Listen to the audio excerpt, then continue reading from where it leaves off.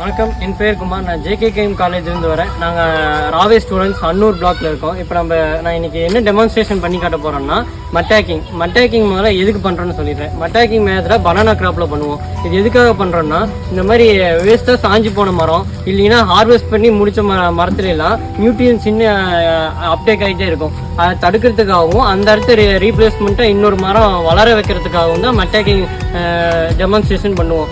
இது இப்போ எப்படி பண்ணுறோன்னா, இந்த மாதிரி வேஸ்ட்டான மரத்தில் ஸ்லாஷ் கட்டி பண்ணிட்டீங்கன்னா இந்த நியூட்ரியன்ஸ் அப்டேக் ஆகிறதெல்லாம் அப்படியே சாயிலுக்கு போய் அதுலேருந்து அப்படியே நம்ம இந்த சைடு சக்கர்ஸுக்கு வந்துடும். அப்புறம் சக்கர்ஸ் வந்து ஒரு ட்ரீயாக கன்வெர்ட் ஆகிடும்.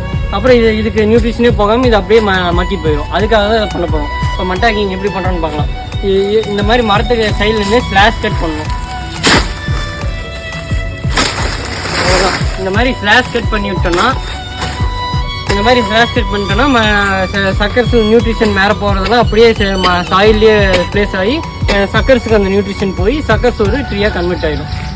இது மேஜராக இது பனானா கிராப்பில் இதுக்கு தான் பண்ணுவாங்க.